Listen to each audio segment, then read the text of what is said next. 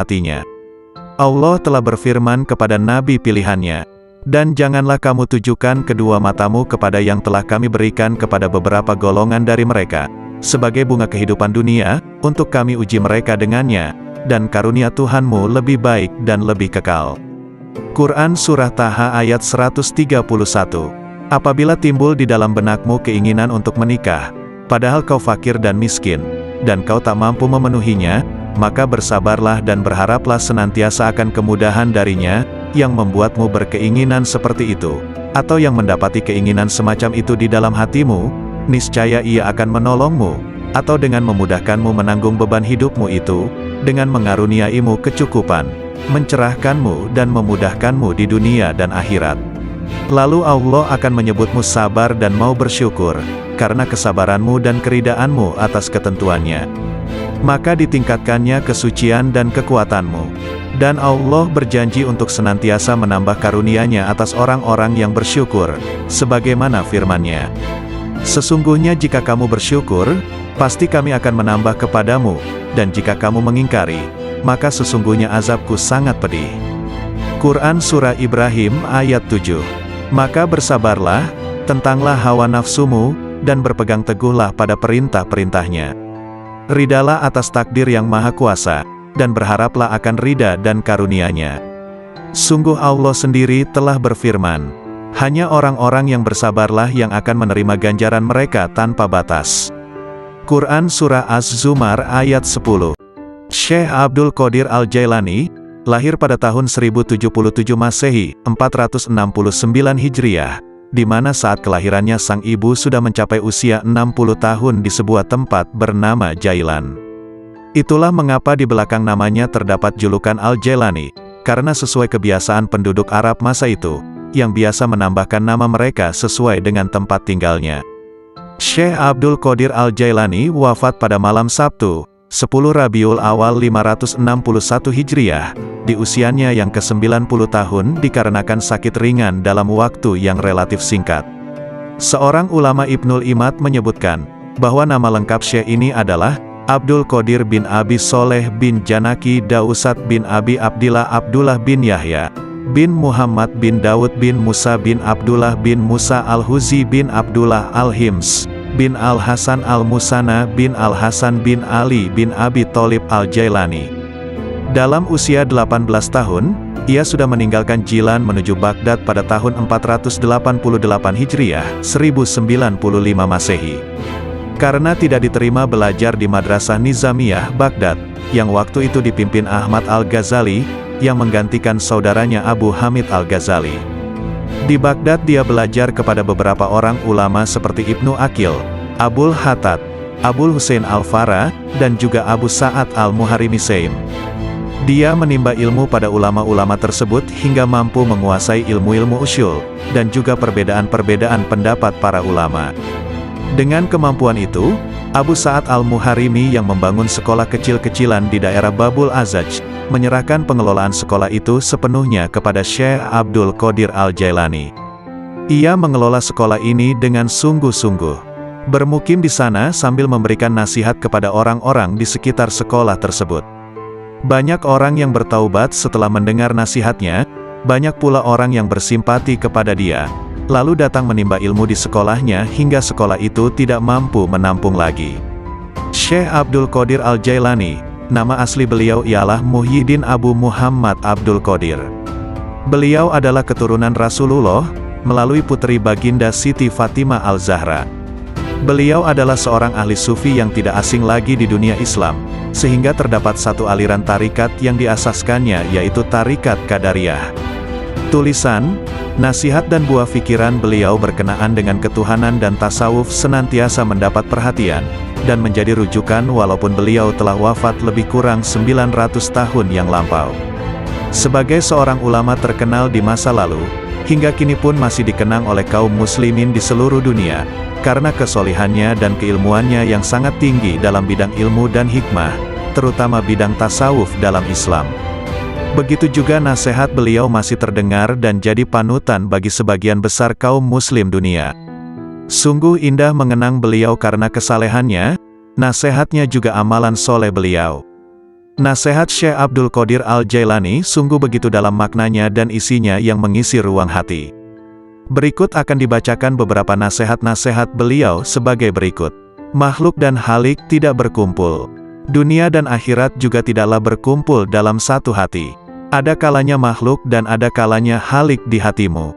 Ada kalanya dunia dan ada kalanya akhirat. Ada kalanya terbayang bahwa makhluk ada di lahirmu, sedang halik di hatimu.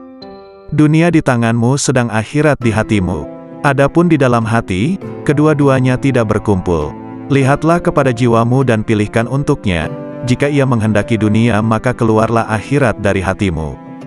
Jika ia menghendaki akhirat maka keluarkanlah dunia dari hatimu. Jika ia menghendaki Tuhan maka keluarkanlah dunia, akhirat dan apa yang selainnya dari hati. Selagi di dalam hatimu masih ada sebesar semut yang selain Allah, maka kamu tidak melihat dekatnya Allah di sisimu, dan tidak bangkit kejinakan dan ketenangan kepadanya. Selagi di dalam hatimu masih ada dunia sebesar semut kecil, maka kamu tidak melihat akhirat di hadapanmu. Dan selagi di dalam hatimu terdapat akhirat sebesar semut kecil, maka kamu tidak melihat dekat kepada Allah. Orang yang zuhud itu berpuasa dari makan dan minum, sedangkan orang yang arif itu berpuasa tanpa diketahui. Puasa orang zuhud itu siang hari, sedangkan puasa orang arif itu siang dan malam. Ia tidak berbuka dari puasanya sehingga ia bertemu Tuhannya. Orang yang arif itu puasa tahunan, selalu demam. Puasa tahunan dengan hatinya, demam dengan rahasianya, dan ia tahu bahwa sembuhnya itu adalah dengan bertemu Tuhannya dan dekat kepadanya. Lelah itu selama kamu berkemauan untuk menuju dan berjalan kepadanya. Apabila kamu telah sampai dan habis jarak perjalananmu, dan kamu berada di dalam rumah dekat dengan Tuhanmu, maka hilanglah beban itu. Maka tetaplah terhibur dengannya, yang berada di dalam hatimu, dan kamu akan bertambah sehingga kamu mengambil sesuatu di sampingnya. Mulanya kamu kecil kemudian menjadi besar. Apabila kamu sudah besar, maka hati penuh dengan Allah, maka tidak ada jalan dan tidak ada sudut bagi hati untuk selain Allah. Jika kamu ingin sampai kepada ini, maka jadilah kamu mengikut perintahnya, mencegah segala larangannya, berserah diri kepadanya dalam kebaikan dan keburukan, kaya dan fakir, mulia dan hina. Wahai anak, apabila kamu tidak memiliki Islam, maka kamu tidak memiliki iman. Dan bila kamu tidak memiliki iman, maka kamu tidak memiliki keyakinan. Apabila kamu tidak memiliki keyakinan, maka kamu tidak mempunyai makrifat dan pengetahuannya. Ini adalah bertingkat-tingkat. Apabila Islam telah benar bagimu, maka penyerahan itu telah benar bagimu.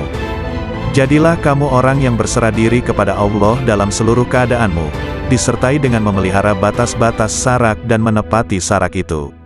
Serahkan kepada Allah akan hak jiwamu dan selainmu. Perbaikilah kesopanan terhadap Allah dan makhluknya. Janganlah kamu berbuat aniaya terhadap dirimu dan orang lain karena perbuatan aniaya itu kegelapan di dunia dan di akhirat. Janganlah kamu melihat amalmu, walaupun anggota-anggota badanmu bergerak untuk amal dan hatimu beserta zat, yang mana amal itu ditujukan kepada Allah. Apabila hal ini sempurna bagimu, maka hatimu menjumpai mata yang dapat melihat. Makna menjadi bentuk, yang gaib menjadi hadir, berita menjadi terang. Hamba apabila baik karena Allah, maka Allah bersamanya dalam semua keadaan. Allah mengubahnya, menggantikannya dan memindahkannya dari satu keadaan kepada keadaan yang lain. Seluruhnya menjadi berarti, seluruhnya menjadi keimanan, keyakinan, pengetahuan, pendekatan dan kesaksian. Seluruhnya menjadi siang tanpa malam, sinar tanpa gelap, jernih tanpa keruh, hati tanpa nafas, rahasia tanpa kasar, fana tanpa wujud, gaib tanpa hadir. Seluruhnya menjadi kitab gaib dari mereka dan dirinya. Seluruh ini pangkalnya adalah jinak kepada Allah, sehingga kejinakan ini sempurna antara kamu dan Allah. Ubahlah karenanya sesuatu yang dia benci dari nafsumu sehingga dia, Allah, memberimu apa yang kamu sukai. Jalan itu luas. Berdirilah dan teguhlah. Beramallah dan jangan lalai selama tali dengan dua ujungnya di tanganmu. Mohonlah pertolongan kepadanya atas sesuatu yang menjadikan kebaikanmu. Kendalikanlah nafsumu, jika tidak, ia akan mengendalikan kamu. Nafsu itu tukang memerintahkan keburukan di dunia, dan tukang mencela di akhirat. Bersopanlah yang baik terhadap Allah dan terhadap makhluknya. Sedikitlah berbicara yang tidak berguna bagimu. Orang-orang yang meninggalkan amal dalam keadaan berilmu, ilmu itu akan melupakanmu dan berkahnya hilang dari hatimu. Wahai orang-orang yang bodoh, seandainya kamu mengetahui Allah, niscaya kamu mengetahui siksaan-siksaannya. Syirik itu ada kalanya pada lahir dan batin. Syirik lahir ialah menyembah berhala, sedangkan syirik batin ialah berpegang kepada makhluk dan memandang mereka dapat memberi kemudaratan dan manfaat. Wahai anak, janganlah kamu menuntut sesuatu kepada seseorang. Dan jika kamu mampu untuk memberi dan tidak mengambil, maka lakukanlah. Kamu melayani dan kamu tidak minta dilayani oleh orang lain, maka lakukanlah. Suatu kaum itu disibukkan untuk memberi kepada makhluk. Mereka mengambil dan memberi, mengambil dari karunia dan rahmat Allah dan memberikan kepada fakir dan miskin yang ditimpa kesempitan. Mereka tunaikan hutang orang yang berhutang yang tiada kuasa untuk melunaskannya. Mereka adalah raja-raja, bukan raja-raja dunia, karena raja-raja dunia itu mengambil dan tidak memberi, sedangkan kaum itu mengutamakan orang lain dan menunggu-nunggu orang yang tidak hadir. Mereka mengambil dari tangan Allah bukan tangan makhluk. Usaha anggota badan mereka untuk makhluk, sedangkan usaha hati mereka untuk mereka sendiri. Mereka berinfak, memberikan harta, itu karena Allah bukan karena hawa nafsu, bukan karena pujian dan sanjungan. Tinggalkan kaum yang sombong terhadap Allah dan terhadap makhluk, karena sombong itu termasuk sifat orang-orang pemaksa, yang mana mereka dibenamkan ke dalam neraka jahanam. Apabila kamu marah kepada Allah, maka kamu sombong kepadanya. Jadikanlah akhiratmu itu sebagai modalmu, dan jadikan dunia itu sebagai keuntunganmu. Gunakanlah seluruh waktumu untuk menghasilkan akhiratmu. Lalu apabila dari waktumu itu ada sedikit yang tersisa, maka gunakanlah untuk berusaha dalam urusan duniamu dan mencari penghidupanmu. Nasihatilah dirimu terlebih dahulu, barulah kemudian menasihati orang lain. Kamu harus lebih memperhatikan nasib dirimu. Janganlah kamu menoleh pada orang lain, sedangkan dalam dirimu masih ada sesuatu yang harus diperbaiki. Janganlah kamu takut kepada makhluk dan janganlah kamu berharap kepada mereka, karena hal itu menunjukkan betapa lemahnya imanmu. Hendaklah engkau istiqomah dalam cita-citamu, sehingga engkau memperoleh ketinggian, karena Allah Subhanahu wa Ta'ala akan memberimu sesuatu yang layak dengan cita-citamu, dengan kebenaran dan keikhlasanmu. Bersungguh-sungguhlah engkau, songsong dan kejarlah, karena sesuatu itu tidak akan datang kepadamu begitu saja tanpa berusaha memperolehnya, sedangkan engkau mempunyai kewajiban untuk melakukan amal kebaikan sebagaimana engkau diwajibkan untuk mencari rezeki. Selama hidup di dunia ini, yang terbaik adalah menyelamatkan hati dari buruk sangka. Orang itu dikatakan dekat dengan Allah selama dia meluangkan waktunya untuk berzikir setiap hari. Bantulah orang fakir dengan sebagian harta kalian. Jangan pernah menolak pengemis, padahal kalian mampu memberikan sesuatu untuknya baik sedikit maupun banyak. Raihlah kasih sayang Allah dengan pemberian kalian. Bersyukurlah kepada Allah yang telah membuat kalian mampu memberi. Jika pengemis adalah hadiah dari Allah, sementara kalian mampu memberinya, mengapa kalian menolak hadiah itu? Bohong kalau kalian mendengar nasihat dan menangis di hadapanku, tapi saat orang datang meminta uluran tangan, kalian malah membiarkannya. Itu menunjukkan bahwa tangisan kalian belum karena Allah. Seorang yang berzuhud dan berada pada tahap permulaan, mesti menghindarkan diri daripada semua manusia dan orang-orang fasik yang melakukan maksiat. Tetapi setelah mencapai tahap Allah di dalam hatinya itu, dan hendaklah dia merasakan ketenteraman bersamanya. Wahai hamba, berzikirlah engkau kepada Allah dengan hatimu sebanyak 1000 kali dan dengan lisanmu sekali. Berzikir yang dilakukan hanya dengan lisan tanpa menggunakan hati, tidak memberikan kemuliaan kepadamu. Zikir adalah zikir hati dan zikir batin, kemudian zikir lisan. Berzikirlah kamu kepadanya, sehingga zikir itu melebur dosa-dosamu. Dengan demikian engkau tidak menanggung dosa sama sekali. Ketahuilah, bahwa taubat itu adalah pusat kekuasaan dan menyesali segala perbuatan. Tanggalkanlah baju kedurhakaanmu itu dengan taubat yang tulus ikhlas. Jika engkau bertaubat, hendaklah taubat itu lahir dari hatimu. Bertaubatlah engkau zahir dan batin. Ikutilah sunnah Rasul dengan penuh keimanan. jangan membuat bid'ah. Patuhlah selalu kepada Allah dan Rasul-Nya, jangan melanggar. Junjung tinggilah tauhid dan jangan menyekutukan Dia. Sucikanlah Dia senantiasa dan jangan menisbahkan sesuatu keburukan pun kepadanya. Pertahankan kebenarannya dan jangan ragu sedikitpun. Bersabarlah selalu dan jangan menunjukkan ketidaksabaran. Beristiqomahlah, berharaplah kepadanya, jangan kesal, tetapi bersabarlah. Bekerjasamalah dalam ketaatan dan jangan berpecah belah. Saling mencintailah dan jangan saling mendendam. Jauhilah kejahatan dan jangan ternoda olehnya. Percantiklah dirimu dengan ketaatan kepada Tuhanmu, jangan menjauh dari pintu-pintu Tuhanmu, jangan berpaling darinya. Segeralah bertaubat dan kembali kepadanya. Jangan merasa jemu dalam memohon ampunan kepada Halikmu, baik siang maupun malam. Niscaya rahmat dinampakkan kepadamu, maka kamu bahagia, terjauhkan dari api neraka dan hidup bahagia di surga, bertemu Allah, menikmati rahmat-Nya, bersama-sama bidadari di surga dan tinggal di dalamnya untuk selamanya, mengendarai kuda-kuda putih, bersukaria dengan hur-hur bermata putih dan aneka aroma, dan melodi-melodi hamba-hamba sahaya wanita, dengan karunia-karunia lainnya, termuliakan bersama para nabi, para sidik, para syahid, dan para soleh di surga yang tinggi.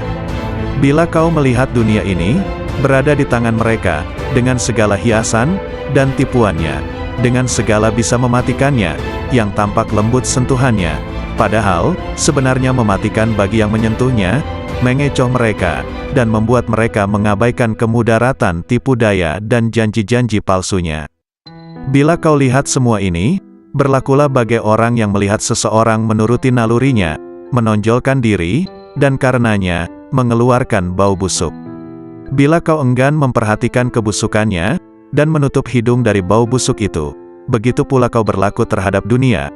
Bila kau melihatnya, palingkan penglihatanmu dari segala kepalsuan, dan tutuplah hidungmu dari kebusukan hawa nafsu, agar kau aman darinya dan segala tipu dayanya, sedang bahagianmu menghampirimu segera, dan kau menikmatinya. Allah telah berfirman kepada nabi pilihannya, dan janganlah kamu tujukan kedua matamu kepada yang telah kami berikan kepada beberapa golongan dari mereka, sebagai bunga kehidupan dunia, untuk kami uji mereka dengannya, dan karunia Tuhanmu lebih baik dan lebih kekal. Quran Surah Taha ayat 131. Apabila timbul di dalam benakmu keinginan untuk menikah, padahal kau fakir dan miskin, dan kau tak mampu memenuhinya, maka bersabarlah dan berharaplah senantiasa akan kemudahan darinya, yang membuatmu berkeinginan seperti itu, atau yang mendapati keinginan semacam itu di dalam hatimu, niscaya Ia akan menolongmu, atau dengan memudahkanmu menanggung beban hidupmu itu, dengan mengaruniaimu kecukupan, mencerahkanmu dan memudahkanmu di dunia dan akhirat.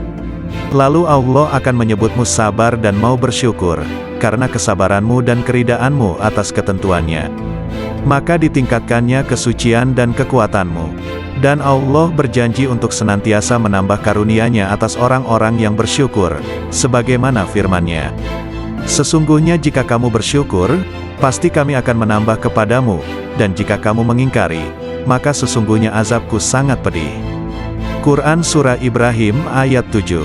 Maka bersabarlah, tentanglah hawa nafsumu, dan berpegang teguhlah pada perintah-perintahnya. Ridalah atas takdir yang maha kuasa, dan berharaplah akan ridha dan karunia-Nya. Sungguh Allah sendiri telah berfirman, hanya orang-orang yang bersabarlah yang akan menerima ganjaran mereka tanpa batas. Quran Surah Az-Zumar ayat 10. Syekh Abdul Qadir Al-Jailani, lahir pada tahun 1077 Masehi, 469 Hijriah, di mana saat kelahirannya sang ibu sudah mencapai usia 60 tahun di sebuah tempat bernama Jailan. Itulah mengapa di belakang namanya terdapat julukan Al-Jailani, karena sesuai kebiasaan penduduk Arab masa itu, yang biasa menambahkan nama mereka sesuai dengan tempat tinggalnya. Syekh Abdul Qadir Al-Jailani wafat pada malam Sabtu, 10 Rabiul Awal 561 Hijriah, di usianya yang ke-90 tahun dikarenakan sakit ringan dalam waktu yang relatif singkat. Seorang ulama Ibnul Imad menyebutkan, bahwa nama lengkap Syekh ini adalah Abdul Qadir bin Abi Soleh bin Janaki Dausat bin Abi Abdillah Abdullah bin Yahya, bin Muhammad bin Daud bin Musa bin Abdullah bin Musa al-Huzi bin Abdullah al-Hims, bin al-Hasan al-Musana bin al-Hasan bin Ali bin Abi Tholib al-Jailani. Dalam usia 18 tahun, ia sudah meninggalkan Jilan menuju Baghdad pada tahun 488 Hijriah, 1095 Masehi. Karena tidak diterima belajar di Madrasah Nizamiyah Baghdad, yang waktu itu dipimpin Ahmad al-Ghazali, yang menggantikan saudaranya Abu Hamid al-Ghazali. Di Baghdad dia belajar kepada beberapa orang ulama seperti Ibnu Aqil, Abul Hattad, Abul Husain al-Farra, dan juga Abu Sa'ad al-Muharrimi Saim. Dia menimba ilmu pada ulama-ulama tersebut hingga mampu menguasai ilmu-ilmu usyul, dan juga perbedaan-perbedaan pendapat para ulama. Dengan kemampuan itu, Abu Sa'ad al-Muharrimi yang membangun sekolah kecil-kecilan di daerah Babul Azaj, menyerahkan pengelolaan sekolah itu sepenuhnya kepada Syekh Abdul Qadir al-Jailani. Ia mengelola sekolah ini dengan sungguh-sungguh. Bermukim di sana sambil memberikan nasihat kepada orang-orang di sekitar sekolah tersebut. Banyak orang yang bertaubat setelah mendengar nasihatnya, banyak pula orang yang bersimpati kepada dia, lalu datang menimba ilmu di sekolahnya hingga sekolah itu tidak mampu menampung lagi. Syekh Abdul Qadir al-Jailani, nama asli beliau ialah Muhyiddin Abu Muhammad Abdul Qadir. Beliau adalah keturunan Rasulullah, melalui putri baginda Siti Fatimah al-Zahra. Beliau adalah seorang ahli sufi yang tidak asing lagi di dunia Islam, sehingga terdapat satu aliran tarikat yang diasaskannya yaitu Tarikat Qadariyah. Tulisan, nasihat dan buah pikiran beliau berkenaan dengan ketuhanan dan tasawuf senantiasa mendapat perhatian, dan menjadi rujukan walaupun beliau telah wafat lebih kurang 900 tahun yang lampau. Sebagai seorang ulama terkenal di masa lalu, hingga kini pun masih dikenang oleh kaum muslimin di seluruh dunia, karena kesolihannya dan keilmuannya yang sangat tinggi dalam bidang ilmu dan hikmah, terutama bidang tasawuf dalam Islam. Begitu juga nasihat beliau masih terdengar dan jadi panutan bagi sebagian besar kaum muslim dunia. Sungguh indah mengenang beliau karena kesalehannya, nasihatnya juga amalan soleh beliau. Nasihat Syekh Abdul Qadir al-Jailani sungguh begitu dalam maknanya dan isinya yang mengisi ruang hati. Berikut akan dibacakan beberapa nasihat-nasihat beliau sebagai berikut. Makhluk dan halik tidak berkumpul. Dunia dan akhirat juga tidaklah berkumpul dalam satu hati. Ada kalanya makhluk dan ada kalanya halik di hatimu. Ada kalanya dunia dan ada kalanya akhirat. Ada kalanya terbayang bahwa makhluk ada di lahirmu, sedang halik di hatimu. Dunia di tanganmu sedang akhirat di hatimu. Adapun di dalam hati, kedua-duanya tidak berkumpul. Lihatlah kepada jiwamu dan pilihkan untuknya. Jika ia menghendaki dunia maka keluarlah akhirat dari hatimu. Jika ia menghendaki akhirat maka keluarkanlah dunia dari hatimu. Jika ia menghendaki Tuhan maka keluarkanlah dunia, akhirat dan apa yang selainnya dari hati. Selagi di dalam hatimu masih ada sebesar semut yang selain Allah, maka kamu tidak melihat dekatnya Allah di sisimu, dan tidak bangkit kejinakan dan ketenangan kepadanya. Selagi di dalam hatimu masih ada dunia sebesar semut kecil, maka kamu tidak melihat akhirat di hadapanmu. Dan selagi di dalam hatimu terdapat akhirat sebesar semut kecil, maka kamu tidak melihat dekat kepada Allah. Orang yang zuhud itu berpuasa dari makan dan minum, sedangkan orang yang arif itu berpuasa tanpa diketahui. Puasa orang zuhud itu siang hari, sedangkan puasa orang arif itu siang dan malam. Ia tidak berbuka dari puasanya sehingga ia bertemu Tuhannya. Orang yang arif itu puasa tahunan, selalu demam. Puasa tahunan dengan hatinya, demam dengan rahasianya, dan ia tahu bahwa sembuhnya itu adalah dengan bertemu Tuhannya dan dekat kepadanya. Lelah itu selama kamu berkemauan untuk menuju dan berjalan kepadanya. Apabila kamu telah sampai dan habis jarak perjalananmu, dan kamu berada di dalam rumah dekat dengan Tuhanmu, maka hilanglah beban itu. Maka tetaplah terhibur dengannya, yang berada di dalam hatimu, dan kamu akan bertambah sehingga kamu mengambil sesuatu di sampingnya. Mulanya kamu kecil kemudian menjadi besar. Apabila kamu sudah besar, maka hati penuh dengan Allah, maka tidak ada jalan dan tidak ada sudut bagi hati untuk selain Allah. Jika kamu ingin sampai kepada ini, maka jadilah kamu mengikut perintahnya, mencegah segala larangannya, berserah diri kepadanya dalam kebaikan dan keburukan, kaya dan fakir, mulia dan hina. Wahai anak, apabila kamu tidak memiliki Islam, maka kamu tidak memiliki iman. Dan bila kamu tidak memiliki iman, maka kamu tidak memiliki keyakinan. Apabila kamu tidak memiliki keyakinan, maka kamu tidak mempunyai makrifat dan pengetahuannya. Ini adalah bertingkat-tingkat. Apabila Islam telah benar bagimu, maka penyerahan itu telah benar bagimu. Jadilah kamu orang yang berserah diri kepada Allah dalam seluruh keadaanmu, disertai dengan memelihara batas-batas syarak dan menepati syarak itu. Serahkan kepada Allah akan hak jiwamu dan selainmu. Perbaikilah kesopanan terhadap Allah dan makhluknya. Janganlah kamu berbuat aniaya terhadap dirimu dan orang lain karena perbuatan aniaya itu kegelapan di dunia dan di akhirat. Janganlah kamu melihat amalmu, walaupun anggota-anggota badanmu bergerak untuk amal dan hatimu beserta zat, yang mana amal itu ditujukan kepada Allah. Apabila hal ini sempurna bagimu, maka hatimu menjumpai mata yang dapat melihat. Makna menjadi bentuk, yang gaib menjadi hadir, berita menjadi terang. Hamba apabila baik karena Allah, maka Allah bersamanya dalam semua keadaan. Allah mengubahnya, menggantikannya dan memindahkannya dari satu keadaan kepada keadaan yang lain. Seluruhnya menjadi berarti, seluruhnya menjadi keimanan, keyakinan, pengetahuan, pendekatan dan kesaksian. Seluruhnya menjadi siang tanpa malam, sinar tanpa gelap, jernih tanpa keruh, hati tanpa nafas, rahasia tanpa kasar, fana tanpa wujud, gaib tanpa hadir. Seluruhnya menjadi kitab gaib dari mereka dan dirinya. Seluruh ini pangkalnya adalah jinak kepada Allah, sehingga kejinakan ini sempurna antara kamu dan Allah. Ubahlah karenanya sesuatu yang dia benci dari nafsumu sehingga dia, Allah, memberimu apa yang kamu sukai. Jalan itu luas. Berdirilah dan teguhlah. Beramallah dan jangan lalai selama tali dengan dua ujungnya di tanganmu. Mohonlah pertolongan kepadanya atas sesuatu yang menjadikan kebaikanmu. Kendalikanlah nafsumu, jika tidak, ia akan mengendalikan kamu. Nafsu itu tukang memerintahkan keburukan di dunia, dan tukang mencela di akhirat. Bersopanlah yang baik terhadap Allah dan terhadap makhluknya. Sedikitlah berbicara yang tidak berguna bagimu. Orang-orang yang meninggalkan amal dalam keadaan berilmu, ilmu itu akan melupakanmu dan berkahnya hilang dari hatimu. Wahai orang-orang yang bodoh, seandainya kamu mengetahui Allah, niscaya kamu mengetahui siksaan-siksaannya. Syirik itu ada kalanya pada lahir dan batin.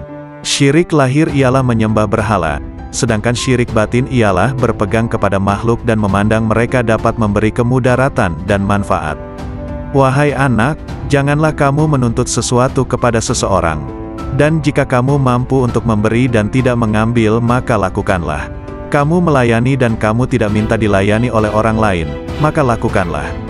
Suatu kaum itu disibukkan untuk memberi kepada makhluk. Mereka mengambil dan memberi, mengambil dari karunia dan rahmat Allah dan memberikan kepada fakir dan miskin yang ditimpa kesempitan. Mereka tunaikan hutang orang yang berhutang yang tiada kuasa untuk melunaskannya. Mereka adalah raja-raja, bukan raja-raja dunia, karena raja-raja dunia itu mengambil dan tidak memberi. Sedangkan kaum itu mengutamakan orang lain dan menunggu-nunggu orang yang tidak hadir. Mereka mengambil dari tangan Allah bukan tangan makhluk. Usaha anggota badan mereka untuk makhluk, sedangkan usaha hati mereka untuk mereka sendiri. Mereka berinfak, memberikan harta, itu karena Allah bukan karena hawa nafsu, bukan karena pujian dan sanjungan. Tinggalkan kaum yang sombong terhadap Allah dan terhadap makhluk, karena sombong itu termasuk sifat orang-orang pemaksa, yang mana mereka dibenamkan ke dalam neraka jahanam. Apabila kamu marah kepada Allah, maka kamu sombong kepadanya. Jadikanlah akhiratmu itu sebagai modalmu, dan jadikan dunia itu sebagai keuntunganmu. Gunakanlah seluruh waktumu untuk menghasilkan akhiratmu. Lalu apabila dari waktumu itu ada sedikit yang tersisa, maka gunakanlah untuk berusaha dalam urusan duniamu dan mencari penghidupanmu. Nasihatilah dirimu terlebih dahulu, barulah kemudian menasihati orang lain. Kamu harus lebih memperhatikan nasib dirimu. Janganlah kamu menoleh pada orang lain, sedangkan dalam dirimu masih ada sesuatu yang harus diperbaiki. Janganlah kamu takut kepada makhluk dan janganlah kamu berharap kepada mereka, karena hal itu menunjukkan betapa lemahnya imanmu.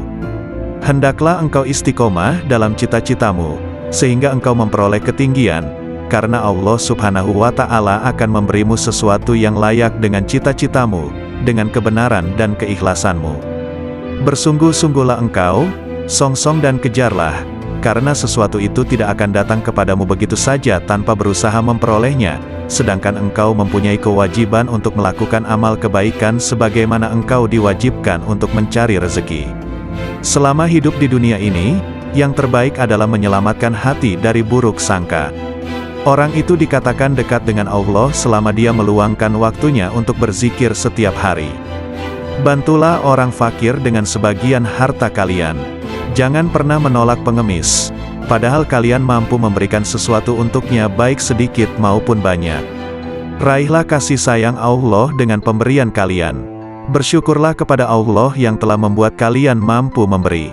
Jika pengemis adalah hadiah dari Allah, sementara kalian mampu memberinya, mengapa kalian menolak hadiah itu? Bohong kalau kalian mendengar nasihat dan menangis di hadapanku, tapi saat orang datang meminta uluran tangan, kalian malah membiarkannya. Itu menunjukkan bahwa tangisan kalian belum karena Allah. Seorang yang berzuhud dan berada pada tahap permulaan, mesti menghindarkan diri daripada semua manusia dan orang-orang fasik yang melakukan maksiat. Tetapi setelah mencapai tahap kesempurnaan, dia tidak akan menghindarkan diri, bahkan dia akan mencari mereka, karena penawar mereka itu ada padanya. Karena apabila seseorang itu telah mengenal Allah, dia tidak akan menghindar dari sesuatu apapun dan tidak akan takut selain daripada Allah. Barang siapa yang sudah sempurna makrifatnya kepada Allah, maka makrifat itulah yang akan menjadi pemandu baginya. Seseorang bertanya kepada Syekh bagaimana untuk mengeluarkan cinta kepada dunia. Hendaklah engkau melihat dengan kedua-dua mata hatimu kepada cacat celah dunia ini. Perangilah hawa nafsumu hingga ia menjadi tenang. Jika nafsumu telah tenang, maka engkau akan mampu melihat cacat celah dunia ini, dan kamu akan bersikap zuhud terhadap dunia ini. Ketenangan itu akan wujud jika engkau memandang dari hati dan menyesuaikannya dengan bisikan batinmu. Jika engkau menginginkan kemakrifatan kepada Allah, maka engkau ridalah dengan koda dan kadarnya, dan janganlah engkau jadikan nafsu, syahwat, perangai, dan keinginanmu sebagai sekutu baginya dalam kedua-dua hal tersebut. Tundukkan nafsumu sebelum engkau ditundukkannya. Disampaikan di Madrasah Al-Mamurah, hari Ahad pagi, 3 Syawal 545 Hijriah. Sesungguhnya, siapa yang ingin memperbaiki dirinya, maka hendaklah dia berlatih memerangi nafsunya, sehingga dirinya bebas daripada cengkeraman nafsu karena seluruh nafsu itu mengajak kepada kejahatan. Hai pemuda, nasihatilah dirimu sendiri terlebih dahulu sebelum kamu menasihati orang lain. Janganlah engkau berlebih-lebihan dalam menasihati orang lain sedangkan dalam dirimu sendiri masih bersemayam sesuatu yang engkau perlu perbaiki. Celakalah engkau, sekiranya engkau tahu bagaimana membersihkan orang lain, sedangkan engkau buta untuk membersihkan dirimu sendiri. Bagaimana seorang yang buta dapat memimpin orang lain?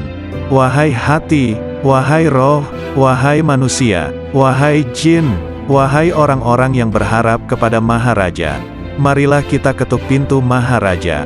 Bersegeralah kamu kepada Allah dengan tapak hatimu, dengan tapak takwa dan tauhid kamu, makrifat dan kewarakan kamu yang tinggi, kezuhudan kamu di dunia, di akhirat dan di dalam sesuatu selain daripada yang berkaitan secara langsung dengan Tuhanmu. Segera mencapai pintu taubat. Ahad, 10 Syawal 545 Hijriah. Sabda Rasulullah, barang siapa yang dibukakan pintu kebaikan, maka hendaklah dia mencapainya, karena sesungguhnya ia tidak mengetahui, bila pintu itu akan tertutup baginya. Wahai pemuda, bertaubatlah kamu. Bukankah kamu telah melihat, hatilah yang beriman, hatilah yang mengesahkan Allah, hatilah yang memurnikan akidah, hatilah yang ikhlas, hatilah yang bertakwa, hatilah yang memelihara diri daripada yang haram dan syubhat, hatilah yang yakin, hatilah yang zuhud, hatilah yang arif, hatilah yang beramal, hatilah yang memimpin seluruh tubuh manusia, sementara seluruh anggota adalah anggota pasukan dan pengikutnya. Oleh karena itu, jika kamu ingin mengucapkan la ilaha illallah, maka lebih dulu hendaklah kamu ucapkan dengan hatimu, kemudian kamu iringi dengan lidah. Jihad batin lebih berat dari jihad zahir, karena jihad batin adalah satu jihad yang terus-menerus. Bertujuan memutuskan semua kehendak dan dorongan hawa nafsu untuk melakukan perkara-perkara yang terlarang serta mengekang keinginan terhadapnya. Wahai hamba, setiap yang engkau pandang sebagai kebaikan dan engkau mencintainya, maka cintamu itu adalah bukan cinta yang sejati. Engkau sedang terperdaya. Cinta yang hakiki adalah cinta yang tidak berubah, yaitu cinta kepada Allah, yakni cinta yang engkau lihat dengan dua mata hatimu, yaitu cinta para al-sidikin ruhaniyin.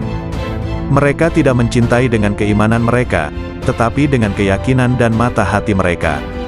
Terbukalah hijab yang menyelubungi mata hati mereka, sehingga mereka mampu melihat apa yang ada di alam gaib, melihat sesuatu yang tidak mungkin bagi mereka untuk menjelaskannya.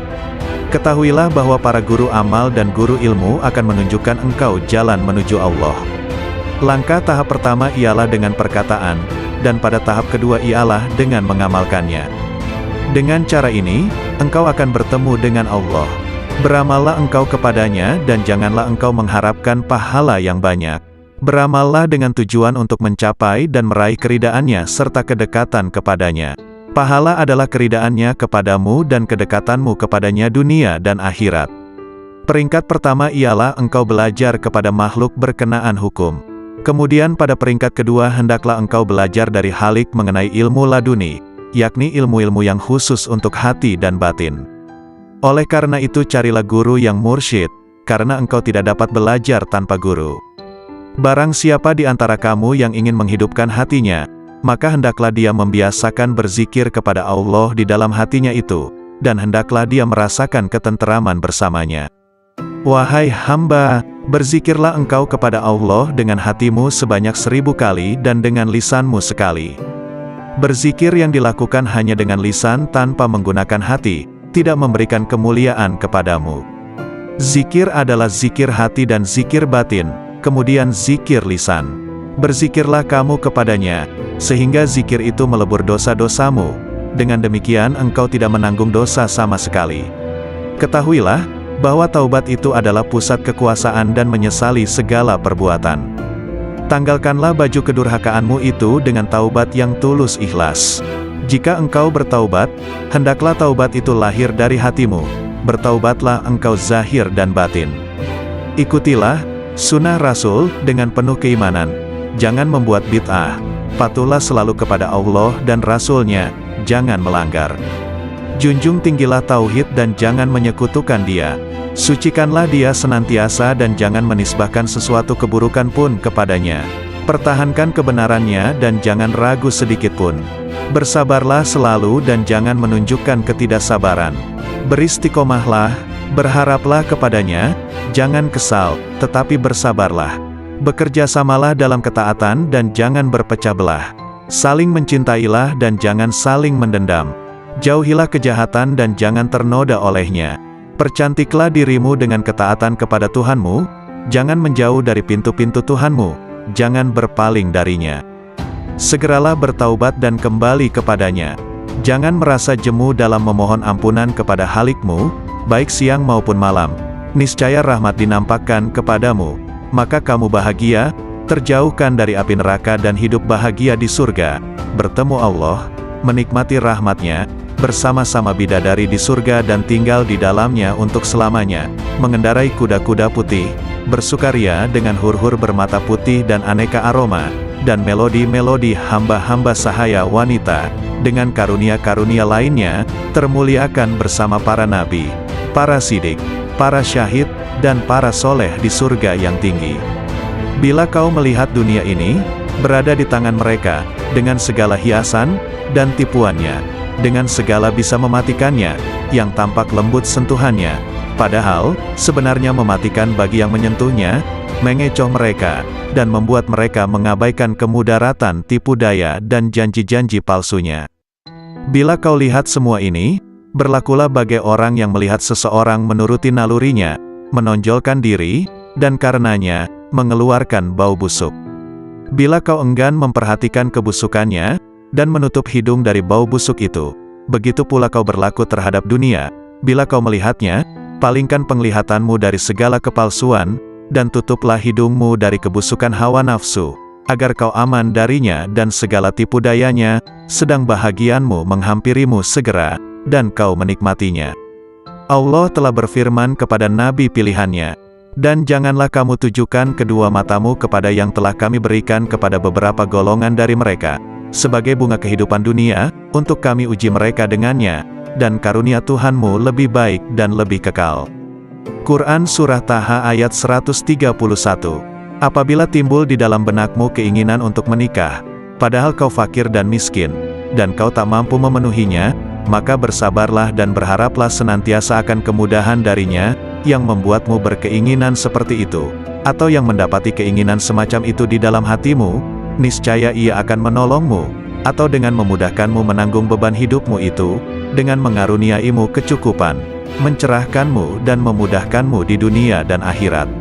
Lalu Allah akan menyebutmu sabar dan mau bersyukur, karena kesabaranmu dan keridaanmu atas ketentuannya. Maka ditingkatkannya kesucian dan kekuatanmu. Dan Allah berjanji untuk senantiasa menambah karunia-Nya atas orang-orang yang bersyukur, sebagaimana firman-Nya. Sesungguhnya jika kamu bersyukur, pasti kami akan menambah kepadamu, dan jika kamu mengingkari, maka sesungguhnya azabku sangat pedih. Quran Surah Ibrahim ayat 7. Maka bersabarlah, tentanglah hawa nafsumu, dan berpegang teguhlah pada perintah-perintahnya. Ridalah atas takdir yang maha kuasa, dan berharaplah akan ridha dan karunia-Nya. Sungguh Allah sendiri telah berfirman, hanya orang-orang yang bersabarlah yang akan menerima ganjaran mereka tanpa batas. Quran Surah Az-Zumar ayat 10.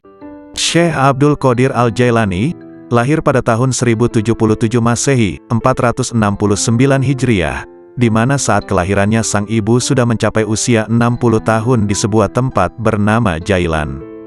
Itulah mengapa di belakang namanya terdapat julukan Al-Jailani, karena sesuai kebiasaan penduduk Arab masa itu, yang biasa menambahkan nama mereka sesuai dengan tempat tinggalnya. Syekh Abdul Qadir Al-Jailani wafat pada malam Sabtu, 10 Rabiul Awal 561 Hijriah, di usianya yang ke-90 tahun dikarenakan sakit ringan dalam waktu yang relatif singkat. Seorang ulama Ibnul Imad menyebutkan, bahwa nama lengkap Syekh ini adalah Abdul Qadir bin Abi Soleh bin Janaki Dausat bin Abi Abdillah Abdullah bin Yahya, bin Muhammad bin Daud bin Musa bin Abdullah bin Musa Al-Huzi bin Abdullah Al-Hims, bin Al-Hasan Al-Musana bin Al-Hasan bin Ali bin Abi Tholib Al-Jailani. Dalam usia 18 tahun, ia sudah meninggalkan Jilan menuju Baghdad pada tahun 488 Hijriah, 1095 Masehi. Karena tidak diterima belajar di Madrasah Nizamiyah, Baghdad, yang waktu itu dipimpin Ahmad Al-Ghazali, yang menggantikan saudaranya Abu Hamid Al-Ghazali. Di Baghdad dia belajar kepada beberapa orang ulama seperti Ibnu Aqil, Abul Hattad, Abul Husain Al-Farah, dan juga Abu Sa'ad Al-Muharrimi Saim. Dia menimba ilmu pada ulama-ulama tersebut hingga mampu menguasai ilmu-ilmu usyul, dan juga perbedaan-perbedaan pendapat para ulama. Dengan kemampuan itu, Abu Sa'ad Al-Muharrimi yang membangun sekolah kecil-kecilan di daerah Babul Azaj, menyerahkan pengelolaan sekolah itu sepenuhnya kepada Syekh Abdul Qadir Al-Jailani. Ia mengelola sekolah ini dengan sungguh-sungguh, bermukim di sana sambil memberikan nasihat kepada orang-orang di sekitar sekolah tersebut. Banyak orang yang bertaubat setelah mendengar nasihatnya, banyak pula orang yang bersimpati kepada dia, lalu datang menimba ilmu di sekolahnya hingga sekolah itu tidak mampu menampung lagi. Syekh Abdul Qadir Al-Jailani, nama asli beliau ialah Muhyiddin Abu Muhammad Abdul Qadir. Beliau adalah keturunan Rasulullah, melalui putri baginda Siti Fatimah Al-Zahra. Beliau adalah seorang ahli sufi yang tidak asing lagi di dunia Islam, sehingga terdapat satu aliran tarikat yang diasaskannya yaitu Tarikat Qadariyah.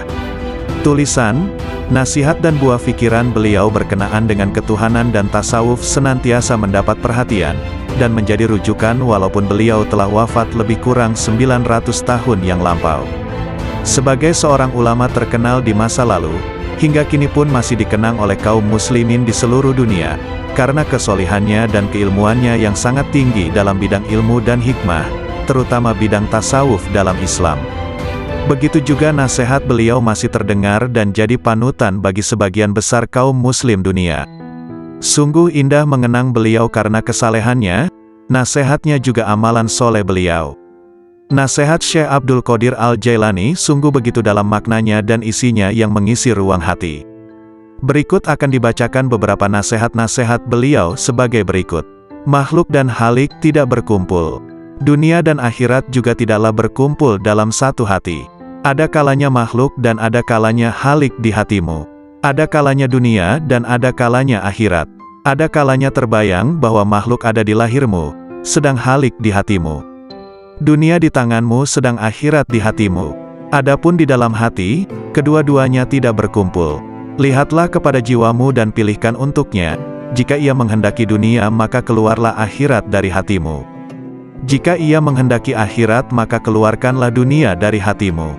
Jika ia menghendaki Tuhan maka keluarkanlah dunia, akhirat dan apa yang selainnya dari hati. Selagi di dalam hatimu masih ada sebesar semut yang selain Allah, maka kamu tidak melihat dekatnya Allah di sisimu, dan tidak bangkit kejinakan dan ketenangan kepadanya. Selagi di dalam hatimu masih ada dunia sebesar semut kecil, maka kamu tidak melihat akhirat di hadapanmu. Dan selagi di dalam hatimu terdapat akhirat sebesar semut kecil, maka kamu tidak melihat dekat kepada Allah. Orang yang zuhud itu berpuasa dari makan dan minum, sedangkan orang yang arif itu berpuasa tanpa diketahui. Puasa orang zuhud itu siang hari, sedangkan puasa orang arif itu siang dan malam. Ia tidak berbuka dari puasanya sehingga ia bertemu Tuhannya. Orang yang arif itu puasa tahunan, selalu demam. Puasa tahunan dengan hatinya, demam dengan rahasianya, dan ia tahu bahwa sembuhnya itu adalah dengan bertemu Tuhannya dan dekat kepadanya. Lelah itu selama kamu berkemauan untuk menuju dan berjalan kepadanya. Apabila kamu telah sampai dan habis jarak perjalananmu, dan kamu berada di dalam rumah dekat dengan Tuhanmu, maka hilanglah beban itu. Maka tetaplah terhibur dengannya, yang berada di dalam hatimu, dan kamu akan bertambah sehingga kamu mengambil sesuatu di sampingnya. Mulanya kamu kecil kemudian menjadi besar. Apabila kamu sudah besar, maka hati penuh dengan Allah, maka tidak ada jalan dan tidak ada sudut bagi hati untuk selain Allah. Jika kamu ingin sampai kepada ini, maka jadilah kamu mengikut perintahnya, mencegah segala larangannya, berserah diri kepadanya dalam kebaikan dan keburukan, kaya dan fakir, mulia dan hina. Wahai anak, apabila kamu tidak memiliki Islam, maka kamu tidak memiliki iman. Dan bila kamu tidak memiliki iman, maka kamu tidak memiliki keyakinan. Apabila kamu tidak memiliki keyakinan, maka kamu tidak mempunyai makrifat dan pengetahuannya. Ini adalah bertingkat-tingkat. Apabila Islam telah benar bagimu, maka penyerahan itu telah benar bagimu. Jadilah kamu orang yang berserah diri kepada Allah dalam seluruh keadaanmu, disertai dengan memelihara batas-batas sarak dan menepati sarak itu. Serahkan kepada Allah akan hak jiwamu dan selainmu. Perbaikilah kesopanan terhadap Allah dan makhluknya. Janganlah kamu berbuat aniaya terhadap dirimu dan orang lain karena perbuatan aniaya itu kegelapan di dunia dan di akhirat. Janganlah kamu melihat amalmu, walaupun anggota-anggota badanmu bergerak untuk amal dan hatimu beserta zat, yang mana amal itu ditujukan kepada Allah. Apabila hal ini sempurna bagimu, maka hatimu menjumpai mata yang dapat melihat. Makna menjadi bentuk, yang gaib menjadi hadir, berita menjadi terang. Hamba apabila baik karena Allah, maka Allah bersamanya dalam semua keadaan. Allah mengubahnya, menggantikannya dan memindahkannya dari satu keadaan kepada keadaan yang lain. Seluruhnya menjadi berarti, seluruhnya menjadi keimanan, keyakinan, pengetahuan, pendekatan dan kesaksian. Seluruhnya menjadi siang tanpa malam, sinar tanpa gelap, jernih tanpa keruh, hati tanpa nafas, rahasia tanpa kasar, fana tanpa wujud, gaib tanpa hadir. Seluruhnya menjadi kitab gaib dari mereka dan dirinya. Seluruh ini pangkalnya adalah jinak kepada Allah, sehingga kejinakan ini sempurna antara kamu dan Allah. Ubahlah karenanya sesuatu yang dia benci dari nafsumu sehingga dia, Allah, memberimu apa yang kamu sukai. Jalan itu luas. Berdirilah dan teguhlah. Beramallah dan jangan lalai selama tali dengan dua ujungnya di tanganmu. Mohonlah pertolongan kepadanya atas sesuatu yang menjadikan kebaikanmu. Kendalikanlah nafsumu, jika tidak, ia akan mengendalikan kamu. Nafsu itu tukang memerintahkan keburukan di dunia, dan tukang mencela di akhirat. Bersopanlah yang baik terhadap Allah dan terhadap makhluknya. Sedikitlah berbicara yang tidak berguna bagimu. Orang-orang yang meninggalkan amal dalam keadaan berilmu, ilmu itu akan melupakanmu dan berkahnya hilang dari hatimu. Wahai orang-orang yang bodoh, seandainya kamu mengetahui Allah, niscaya kamu mengetahui siksaan-siksaannya. Syirik itu ada kalanya pada lahir dan batin.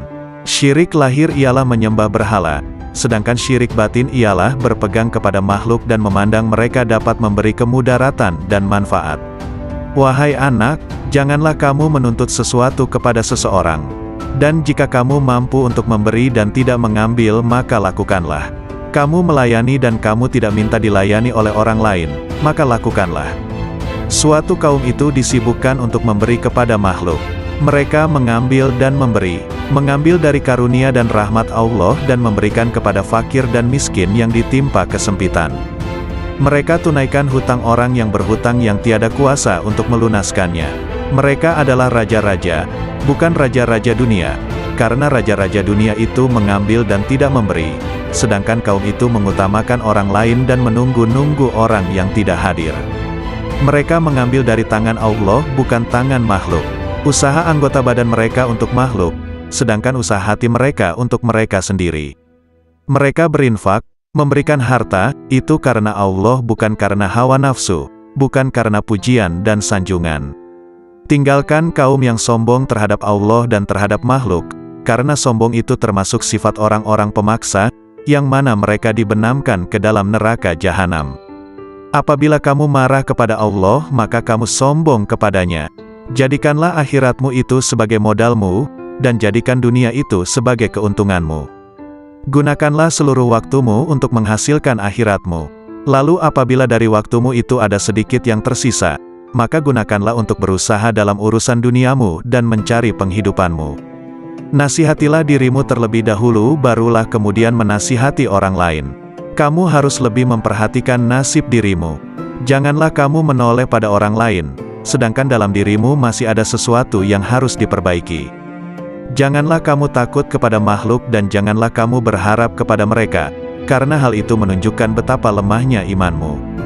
Hendaklah engkau istiqomah dalam cita-citamu, sehingga engkau memperoleh ketinggian, karena Allah Subhanahu wa Ta'ala akan memberimu sesuatu yang layak dengan cita-citamu, dengan kebenaran dan keikhlasanmu.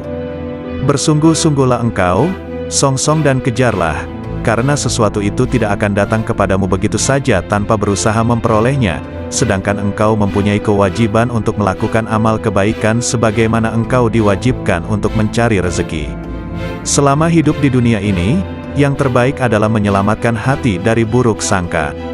Orang itu dikatakan dekat dengan Allah selama dia meluangkan waktunya untuk berzikir setiap hari. Bantulah orang fakir dengan sebagian harta kalian. Jangan pernah menolak pengemis, padahal kalian mampu memberikan sesuatu untuknya baik sedikit maupun banyak. Raihlah kasih sayang Allah dengan pemberian kalian. Bersyukurlah kepada Allah yang telah membuat kalian mampu memberi. Jika pengemis adalah hadiah dari Allah, sementara kalian mampu memberinya, mengapa kalian menolak hadiah itu? Bohong kalau kalian mendengar nasihat dan menangis di hadapanku, tapi saat orang datang meminta uluran tangan, kalian malah membiarkannya. Itu menunjukkan bahwa tangisan kalian belum karena Allah. Seorang yang berzuhud dan berada pada tahap permulaan, mesti menghindarkan diri daripada semua manusia dan orang-orang fasik yang melakukan maksiat. Tetapi setelah mencapai tahap kesempurnaan, dia tidak akan menghindarkan diri, bahkan dia akan mencari mereka, karena penawar mereka itu ada padanya. Karena apabila seseorang itu telah mengenal Allah, dia tidak akan menghindar dari sesuatu apapun dan tidak akan takut selain daripada Allah. Barang siapa yang sudah sempurna makrifatnya kepada Allah, maka makrifat itulah yang akan menjadi pemandu baginya. Seseorang bertanya kepada Syekh bagaimana untuk mengeluarkan cinta kepada dunia. Hendaklah engkau melihat dengan kedua-dua mata hasilnya, jangan melanggar. Junjung tinggilah tauhid dan jangan menyekutukan dia. Sucikanlah dia senantiasa dan jangan menisbahkan sesuatu keburukan pun kepadanya. Pertahankan kebenarannya dan jangan ragu sedikitpun. Bersabarlah selalu dan jangan menunjukkan ketidaksabaran. Beristiqomahlah, berharaplah kepadanya, jangan kesal, tetapi bersabarlah. Bekerjasamalah dalam ketaatan dan jangan berpecah belah. Saling mencintailah dan jangan saling mendendam. Jauhilah kejahatan dan jangan ternoda olehnya. Percantiklah dirimu dengan ketaatan kepada Tuhanmu, jangan menjauh dari pintu-pintu Tuhanmu, jangan berpaling darinya. Segeralah bertaubat dan kembali kepadanya. Jangan merasa jemu dalam memohon ampunan kepada Halikmu, baik siang maupun malam. Niscaya rahmat dinampakkan kepadamu, maka kamu bahagia, terjauhkan dari api neraka dan hidup bahagia di surga, bertemu Allah, menikmati rahmatnya, bersama-sama bidadari di surga dan tinggal di dalamnya untuk selamanya, mengendarai kuda-kuda putih, bersukaria dengan hur-hur bermata putih dan aneka aroma, dan melodi-melodi hamba-hamba sahaya wanita, dengan karunia-karunia lainnya, termuliakan bersama para nabi, para sidik, para syahid, dan para soleh di surga yang tinggi.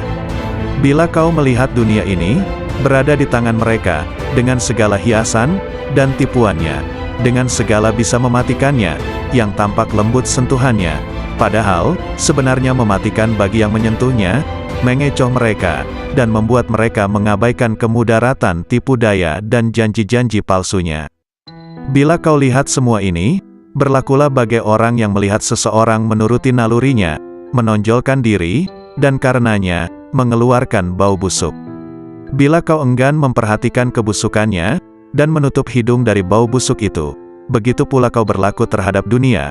Bila kau melihatnya, palingkan penglihatanmu dari segala kepalsuan, dan tutuplah hidungmu dari kebusukan hawa nafsu, agar kau aman darinya dan segala tipu dayanya, sedang bahagianmu menghampirimu segera, dan kau menikmatinya. Allah telah berfirman kepada nabi pilihannya, dan janganlah kamu tujukan kedua matamu kepada yang telah kami berikan kepada beberapa golongan dari mereka, sebagai bunga kehidupan dunia, untuk kami uji mereka dengannya, dan karunia Tuhanmu lebih baik dan lebih kekal. Quran Surah Taha ayat 131. Apabila timbul di dalam benakmu keinginan untuk menikah, padahal kau fakir dan miskin, dan kau tak mampu memenuhinya, maka bersabarlah dan berharaplah senantiasa akan kemudahan darinya, yang membuatmu berkeinginan seperti itu, atau yang mendapati keinginan semacam itu di dalam hatimu, niscaya ia akan menolongmu, atau dengan memudahkanmu menanggung beban hidupmu itu, dengan mengaruniaimu kecukupan, mencerahkanmu dan memudahkanmu di dunia dan akhirat.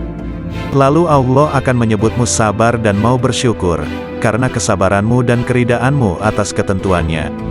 Maka ditingkatkannya kesucian dan kekuatanmu. Dan Allah berjanji untuk senantiasa menambah karunia-Nya atas orang-orang yang bersyukur, sebagaimana firman-Nya. Sesungguhnya jika kamu bersyukur, pasti kami akan menambah kepadamu, dan jika kamu mengingkari, maka sesungguhnya azabku sangat pedih. Quran Surah Ibrahim ayat 7. Maka bersabarlah, tentanglah hawa nafsumu, dan berpegang teguhlah pada perintah-perintahnya.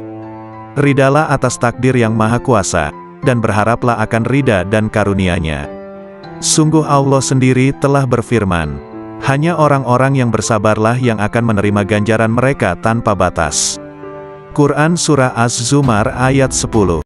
Syekh Abdul Qadir Al-Jailani, lahir pada tahun 1077 Masehi, 469 Hijriah, di mana saat kelahirannya sang ibu sudah mencapai usia 60 tahun di sebuah tempat bernama Jailan. Itulah mengapa di belakang namanya terdapat julukan Al-Jailani, karena sesuai kebiasaan penduduk Arab masa itu, yang biasa menambahkan nama mereka sesuai dengan tempat tinggalnya. Syekh Abdul Qadir Al-Jailani wafat pada malam Sabtu, 10 Rabiul Awal 561 Hijriah, di usianya yang ke-90 tahun dikarenakan sakit ringan dalam waktu yang relatif singkat.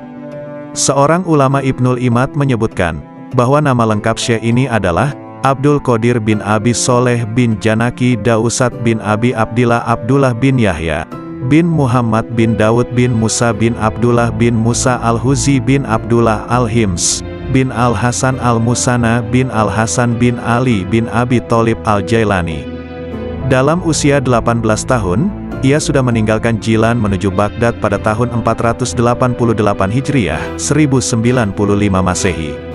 Karena tidak diterima belajar di Madrasah Nizamiyah, Baghdad, yang waktu itu dipimpin Ahmad Al-Ghazali, yang menggantikan saudaranya Abu Hamid Al-Ghazali. Di Baghdad dia belajar kepada beberapa orang ulama seperti Ibnu Aqil, Abul Hattad, Abul Husain Al-Farra, dan juga Abu Sa'ad Al-Muharrimi Saim. Dia menimba ilmu pada ulama-ulama tersebut hingga mampu menguasai ilmu-ilmu usyul, dan juga perbedaan-perbedaan pendapat para ulama.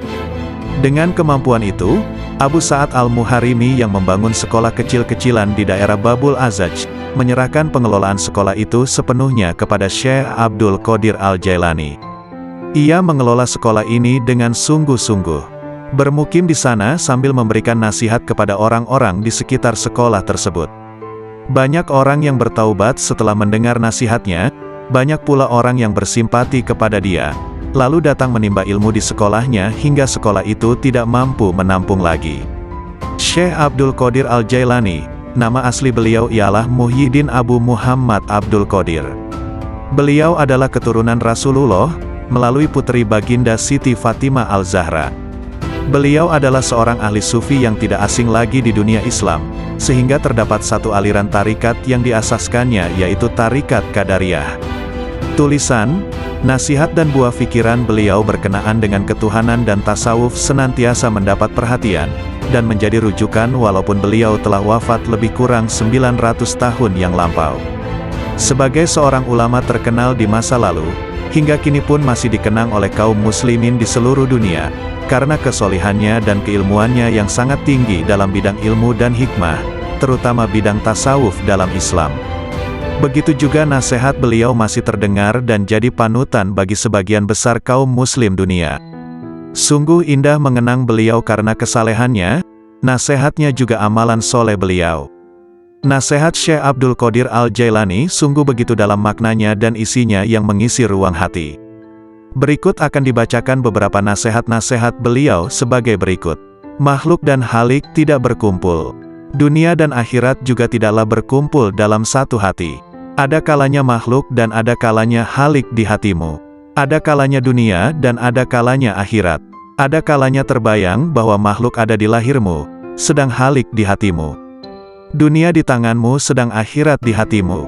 Adapun di dalam hati, kedua-duanya tidak berkumpul. Lihatlah kepada jiwamu dan pilihkan untuknya. Jika ia menghendaki dunia maka keluarlah akhirat dari hatimu. Jika ia menghendaki akhirat maka keluarkanlah dunia dari hatimu. Jika ia menghendaki Tuhan maka keluarkanlah dunia, akhirat dan apa yang selainnya dari hati. Selagi di dalam hatimu masih ada sebesar semut yang selain Allah, maka kamu tidak melihat dekatnya Allah di sisimu, dan tidak bangkit kejinakan dan ketenangan kepadanya. Selagi di dalam hatimu masih ada dunia sebesar semut kecil, maka kamu tidak melihat akhirat di hadapanmu. Dan selagi di dalam hatimu terdapat akhirat sebesar semut kecil, maka kamu tidak melihat dekat kepada Allah. Orang yang zuhud itu berpuasa dari makan dan minum, sedangkan orang yang arif itu berpuasa tanpa diketahui. Puasa orang zuhud itu siang hari, sedangkan puasa orang arif itu siang dan malam. Ia tidak berbuka dari puasanya sehingga ia bertemu Tuhannya. Orang yang arif itu puasa tahunan, selalu demam. Puasa tahunan dengan hatinya, demam dengan rahasianya, dan ia tahu bahwa sembuhnya itu adalah dengan bertemu Tuhannya dan dekat kepadanya. Lelah itu selama kamu berkemauan untuk menuju dan berjalan kepadanya. Apabila kamu telah sampai dan habis jarak perjalananmu, dan kamu berada di dalam rumah dekat dengan Tuhanmu, maka hilanglah beban itu. Maka tetaplah terhibur dengannya, yang berada di dalam hatimu, dan kamu akan bertambah sehingga kamu mengambil sesuatu di sampingnya. Mulanya kamu kecil kemudian menjadi besar. Apabila kamu sudah besar, maka hati penuh dengan Allah, maka tidak ada jalan dan tidak ada sudut bagi hati untuk selain Allah. Jika kamu ingin sampai kepada ini, maka jadilah kamu mengikut perintahnya, mencegah segala larangannya, berserah diri kepadanya dalam kebaikan dan keburukan, kaya dan fakir, mulia dan hina. Wahai anak, apabila kamu tidak memiliki Islam, maka kamu tidak memiliki iman. Dan bila kamu tidak memiliki iman, maka kamu tidak memiliki keyakinan. Apabila kamu tidak memiliki keyakinan, maka kamu tidak mempunyai makrifat dan pengetahuannya. Ini adalah bertingkat-tingkat. Apabila Islam telah benar bagimu, maka penyerahan itu telah benar bagimu. Jadilah kamu orang yang berserah diri kepada Allah dalam seluruh keadaanmu, disertai dengan memelihara batas-batas sarak dan menepati sarak itu. Serahkan kepada Allah akan hak jiwamu dan selainmu. Perbaikilah kesopanan terhadap Allah dan makhluknya. Janganlah kamu berbuat aniaya terhadap dirimu dan orang lain karena perbuatan aniaya itu kegelapan di dunia dan di akhirat. Janganlah kamu melihat amalmu, walaupun anggota-anggota badanmu bergerak untuk amal dan hatimu beserta zat, yang mana amal itu ditujukan kepada Allah. Apabila hal ini sempurna bagimu, maka hatimu menjumpai mata yang dapat melihat. Makna menjadi bentuk, yang gaib menjadi hadir, berita menjadi terang. Hamba apabila baik karena Allah, maka Allah bersamanya dalam semua keadaan. Allah mengubahnya, menggantikannya dan memindahkannya dari satu keadaan kepada keadaan yang lain. Seluruhnya menjadi berarti, seluruhnya menjadi keimanan, keyakinan, pengetahuan, pendekatan dan kesaksian. Seluruhnya menjadi siang tanpa malam, sinar tanpa gelap, jernih tanpa keruh, hati tanpa nafas, rahasia tanpa kasar, fana tanpa wujud, gaib tanpa hadir. Seluruhnya menjadi kitab gaib dari mereka dan dirinya. Seluruh ini pangkalnya adalah jinak kepada Allah, sehingga kejinakan ini sempurna antara kamu dan Allah. Ubahlah karenanya sesuatu yang Dia benci dari nafsumu sehingga Dia, Allah, memberimu apa yang kamu sukai. Jalan itu luas. Berdirilah dan teguhlah. Beramallah dan jangan lalai selama tali dengan dua ujungnya di tanganmu. Mohonlah pertolongan kepadanya atas sesuatu yang menjadikan kebaikanmu. Kendalikanlah nafsumu, jika tidak, ia akan mengendalikan kamu. Nafsu itu tukang memerintahkan keburukan di dunia, dan tukang mencela di akhirat. Bersopanlah yang baik terhadap Allah dan terhadap makhluknya. Sedikitlah berbicara yang tidak berguna bagimu. Orang-orang yang meninggalkan amal dalam keadaan berilmu, ilmu itu akan melupakanmu dan berkahnya hilang dari hatimu. Wahai orang-orang yang bodoh, seandainya kamu mengetahui Allah, niscaya kamu mengetahui siksaan-siksaannya. Syirik itu ada kalanya pada lahir dan batin. Syirik lahir ialah menyembah berhala, sedangkan syirik batin ialah berpegang kepada makhluk dan memandang mereka dapat memberi kemudaratan dan manfaat. Wahai anak, janganlah kamu menuntut sesuatu kepada seseorang. Dan jika kamu mampu untuk memberi dan tidak mengambil, maka lakukanlah. Kamu melayani dan kamu tidak minta dilayani oleh orang lain, maka lakukanlah. Suatu kaum itu disibukkan untuk memberi kepada makhluk. Mereka mengambil dan memberi, mengambil dari karunia dan rahmat Allah dan memberikan kepada fakir dan miskin yang ditimpa kesempitan.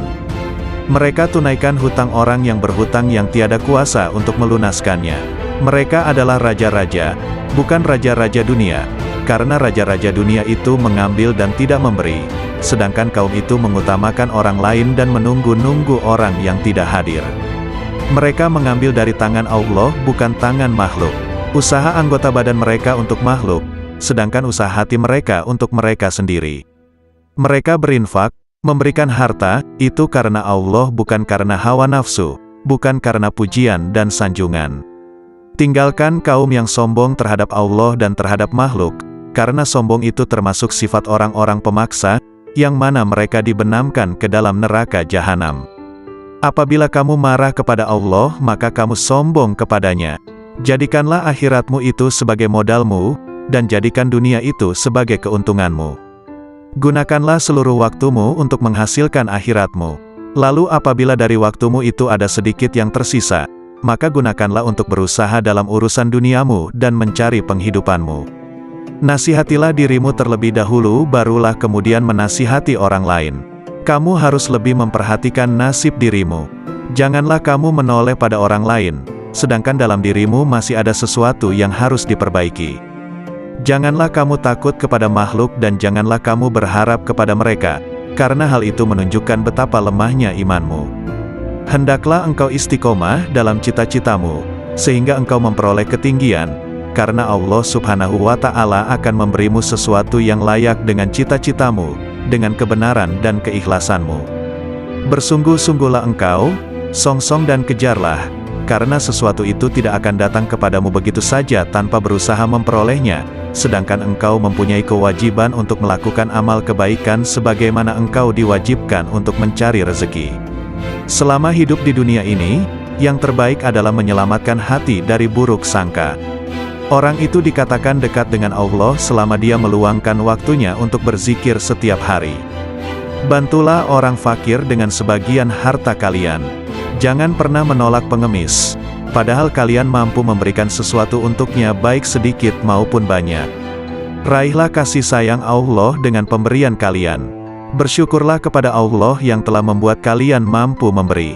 Jika pengemis adalah hadiah dari Allah, sementara kalian mampu memberinya, mengapa kalian menolak hadiah itu? Bohong kalau kalian mendengar nasihat dan menangis di hadapanku, tapi saat orang datang meminta uluran tangan, kalian malah membiarkannya. Itu menunjukkan bahwa tangisan kalian belum karena Allah. Seorang yang berzuhud dan berada pada tahap permulaan, mesti menghindarkan diri daripada semua manusia dan orang-orang fasik yang melakukan maksiat. Tetapi setelah mencapai tahap kesempurnaan, dia tidak akan menghindarkan diri, bahkan dia akan mencari mereka, karena penawar mereka itu ada padanya. Karena apabila seseorang itu telah mengenal Allah, dia tidak akan menghindar dari sesuatu apapun dan tidak akan takut selain daripada Allah. Barang siapa yang sudah sempurna makrifatnya kepada Allah, maka makrifat itulah yang akan menjadi pemandu baginya. Seseorang bertanya kepada Syekh bagaimana untuk mengeluarkan cinta kepada dunia. Hendaklah engkau melihat dengan kedua-dua mata hatimu kepada cacat celah dunia ini. Perangilah hawa nafsumu hingga ia menjadi tenang. Jika nafsumu telah tenang, maka engkau akan mampu melihat cacat celah dunia ini, dan kamu akan bersikap zuhud terhadap dunia ini. Ketenangan itu akan wujud jika engkau memandang dari hati dan menyesuaikannya dengan bisikan batinmu. Jika engkau menginginkan kemakrifatan kepada Allah, maka engkau ridalah dengan koda dan kadarnya, dan janganlah engkau jadikan nafsu, syahwat, perangai, dan keinginanmu sebagai sekutu baginya dalam kedua-dua hal tersebut. Tundukkan nafsumu sebelum engkau ditundukkannya. Disampaikan di Madrasah Al-Mamurah, hari Ahad pagi, 3 Syawal 545 Hijriah. Sesungguhnya, siapa yang ingin memperbaiki dirinya, maka hendaklah dia berlatih memerangi nafsunya, sehingga dirinya bebas daripada cengkeraman nafsu karena seluruh nafsu itu mengajak kepada kejahatan. Hai pemuda, nasihatilah dirimu sendiri terlebih dahulu sebelum kamu menasihati orang lain. Janganlah engkau berlebih-lebihan dalam menasehati orang lain sedangkan dalam dirimu sendiri masih bersemayam sesuatu yang engkau perlu perbaiki. Celakalah engkau, sekiranya engkau tahu bagaimana membersihkan orang lain, sedangkan engkau buta untuk membersihkan dirimu sendiri. Bagaimana seorang yang buta dapat memimpin orang lain? Wahai hati, wahai roh, wahai manusia, wahai jin, wahai orang-orang yang berharap kepada Maharaja, marilah kita ketuk pintu Maharaja. Bersegeralah kamu kepada Allah dengan tapak hatimu, dengan tapak takwa dan tauhid kamu, makrifat dan kewarakan kamu yang tinggi, kezuhudan kamu di dunia, di akhirat dan di dalam sesuatu selain daripada yang berkaitan secara langsung dengan Tuhanmu. Segera mencapai pintu taubat. Ahad, 10 Syawal 545 Hijriah. Sabda Rasulullah, barang siapa yang dibukakan pintu kebaikan, maka hendaklah dia mencapainya, karena sesungguhnya ia tidak mengetahui, bila pintu itu akan tertutup baginya. Wahai pemuda, bertaubatlah kamu. Bukankah kamu telah melihat, bahwa Allah akan menguji kamu dengan berbagai dugaan hingga kamu bertaubat?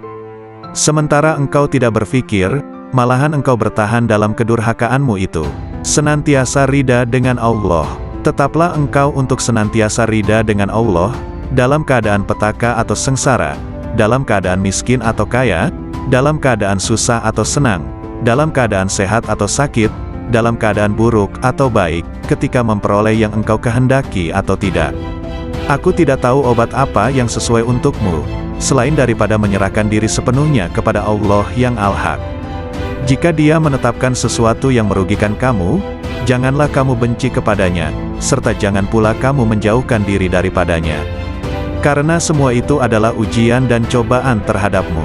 Jika sadar dan berubah, Pasti Allah menukarkan kegelisahanmu dengan ketenangan dan jiwamu akan menjadi tenang, tentunya dari hatimu.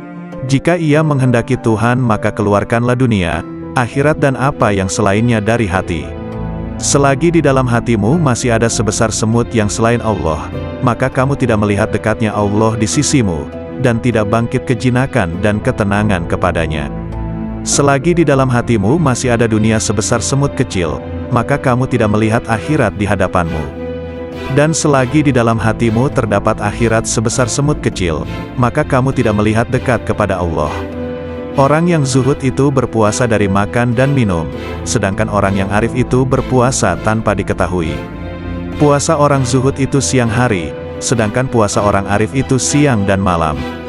Ia tidak berbuka dari puasanya sehingga ia bertemu Tuhannya. Orang